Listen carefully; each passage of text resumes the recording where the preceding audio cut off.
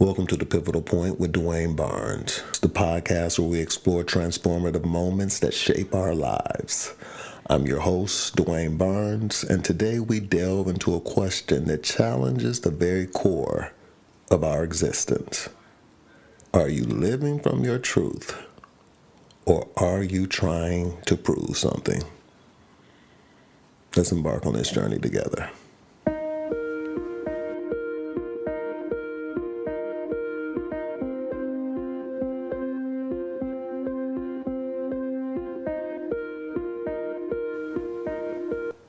Let me take you back to a moment etched in my memory.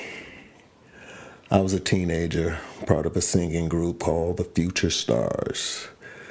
Probably about 13, 14. We rehearsed tirelessly. And when the day came to record in the studio, I couldn't hold my note. The disappointment was palpable. They tried everything, and I could not get that note. And I felt like I had let everyone down. And that moment wasn't just about a missed note. It was about a deep-seated belief that I wasn't enough. And from that moment on, I had to try to prove that I was. I had to prove my worth. And growing up as a middle child with a different skin tone than my siblings and my parents, even though my grandparents had the same skin tone as me, but it still made me have to navigate my identity in this environment that questioned everything. They questioned my masculinity. They just questioned. And I'm telling you, I just constantly felt the need to prove my worth. And that's what I committed to doing. And that studio incident was a culmination of those feelings, a moment where my internal struggles manifested externally.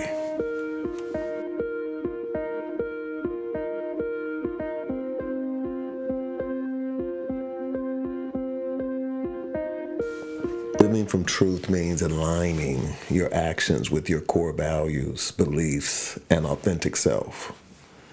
It's about embracing who you are without the need for external validation.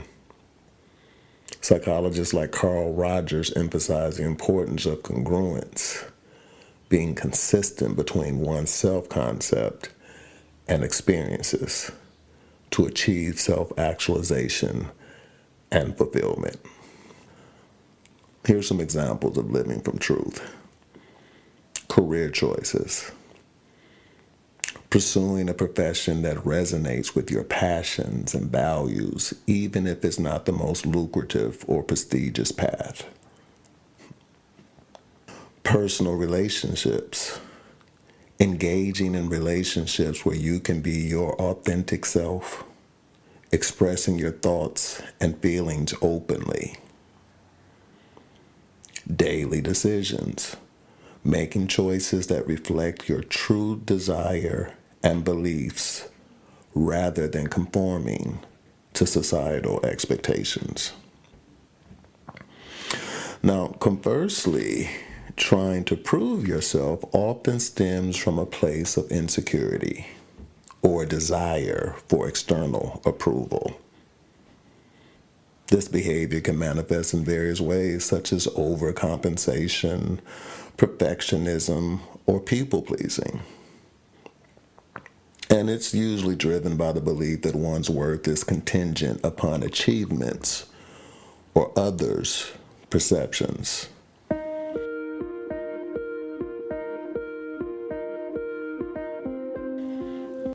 Now, some examples, as we just talked about, to go a little deeper in how people try to prove themselves and how I have tried to prove myself is overachievement,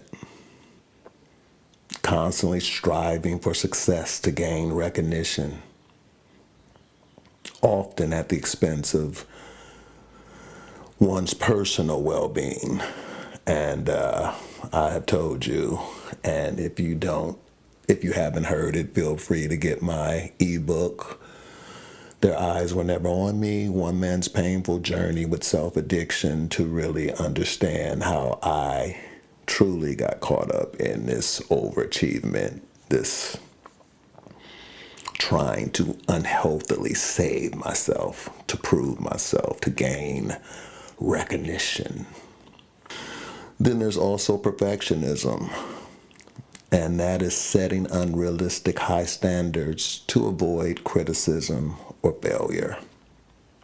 And with the example that I gave you about the studio, that was definitely something, perfectionism is definitely something that was birthed from that moment. Because from that moment forward, I knew that I had to be the best. I had to keep my standards so high so that I would never experience what I experienced when I was in that studio. And another example of trying to prove yourself is people pleasing, prioritizing other needs and opinions over your own to gain acceptance. That's an example of, hey, you might have a whole evening planned and someone wants to talk to you, someone wants to call you, someone wants to hang out with you because they got something that's going on that's so important, it's so special, and they need you. What a people pleaser would do is drop whatever they're doing, get on that phone, run to that person, and be their savior. That's people pleasing. Putting off what you have planned for someone else's needs. And that is a way that many of us try to prove ourselves.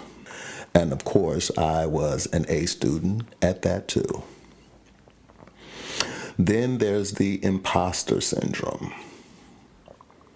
Doubting your abilities and feeling like a fraud, despite evident success.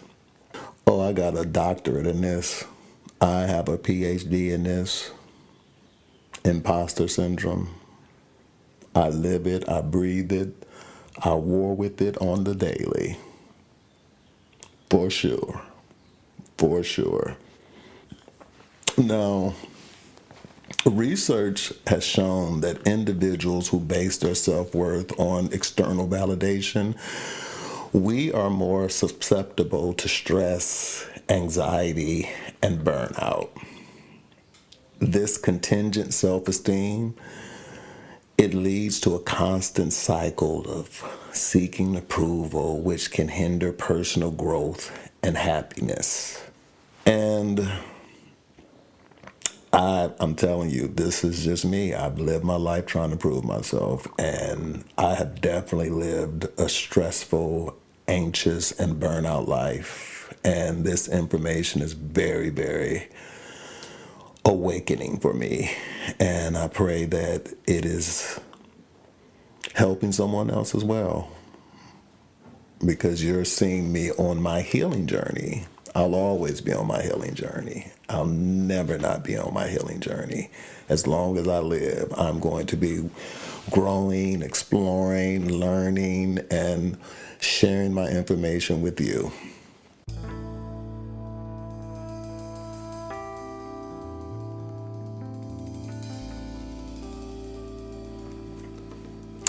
So, how do we transition to living from truth?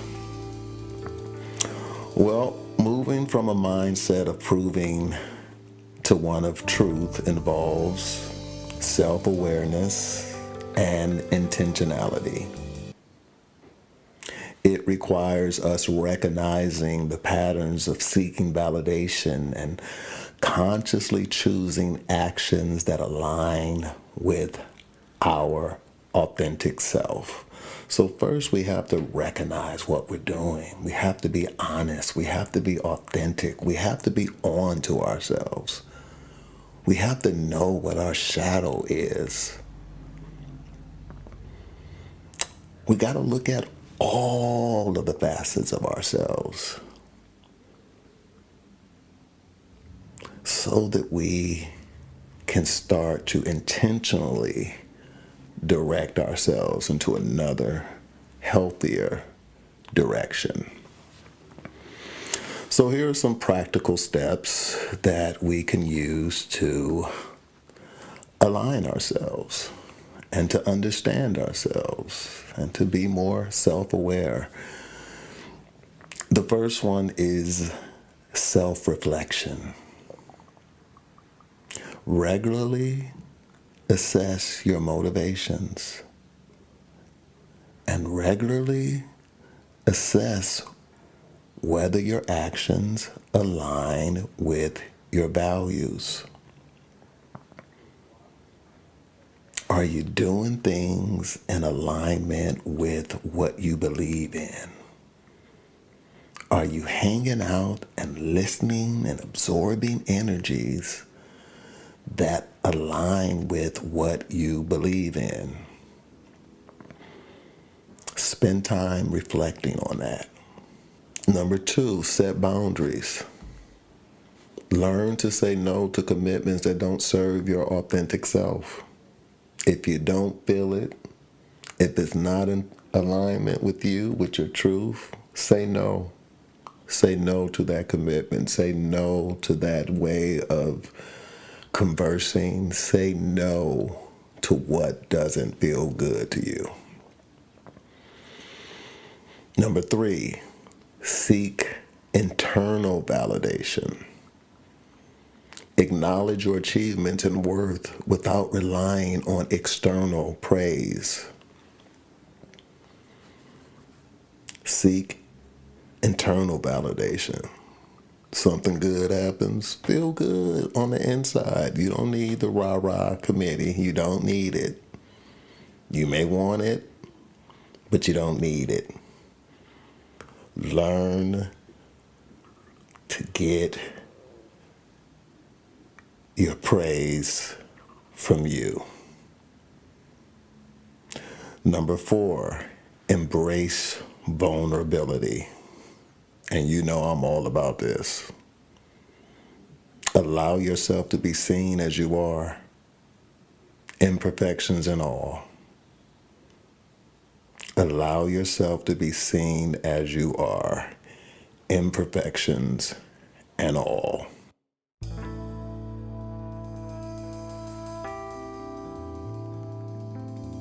So these are some steps that can continue to help us to live from our truth.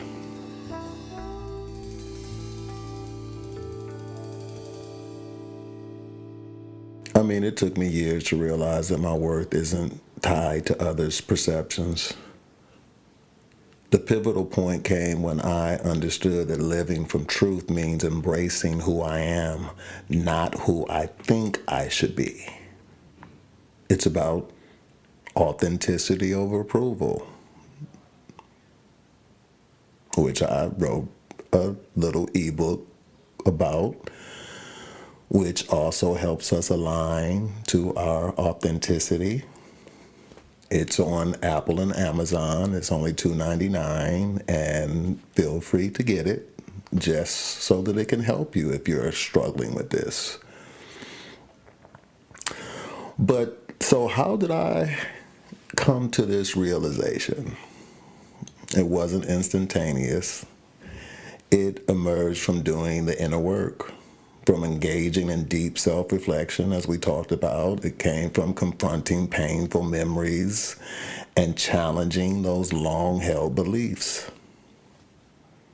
I began to understand that the mistakes of my past, like the time that I couldn't hit that note in the studio, it wasn't indicators of failures. No, it was just opportunities for growth.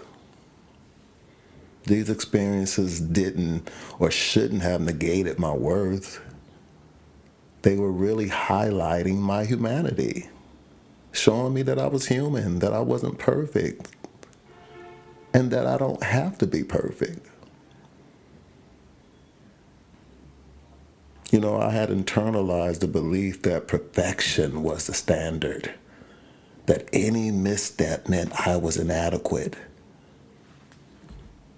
any mistake. And this mindset kept me in a cycle of striving and proving, always seeking validation from others. But through this introspection and self-compassion, great therapy, I've learned that imperfection is not only acceptable, but essential to personal growth. You see, embracing imperfections allowed me to release the burden of unrealistic expectations.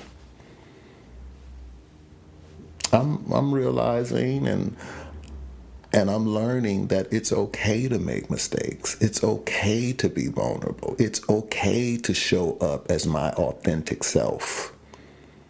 It's okay. And this shift in perspective has been liberating.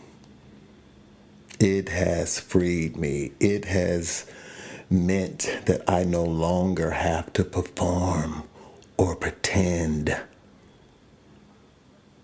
I can simply be. Because according to research, embracing our imperfections foster resilience, reduces anxiety, and enhances overall well-being. It's a journey from self-criticism to self-compassion, from striving to being. So in embracing my imperfections, I found strength. We can discover that authenticity resonates more deeply than perfection ever could. And in doing that, in this new level of authenticity, I have truly found peace. And I will work to keep it that way because now I have the steps.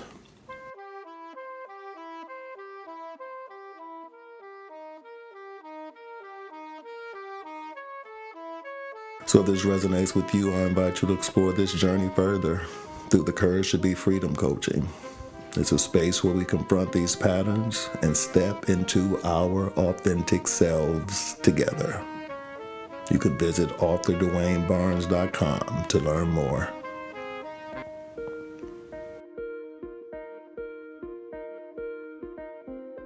Thank you for joining me on this episode of The Pivotal Point with Dwayne Barnes. Remember, the world doesn't need another version of someone else. It needs you, fully, authentically, unapologetically. If this episode spoke to you, share it with someone who might need this message. And do me a favor, leave a review or comment. And let's continue this journey together. Until next time, stay true.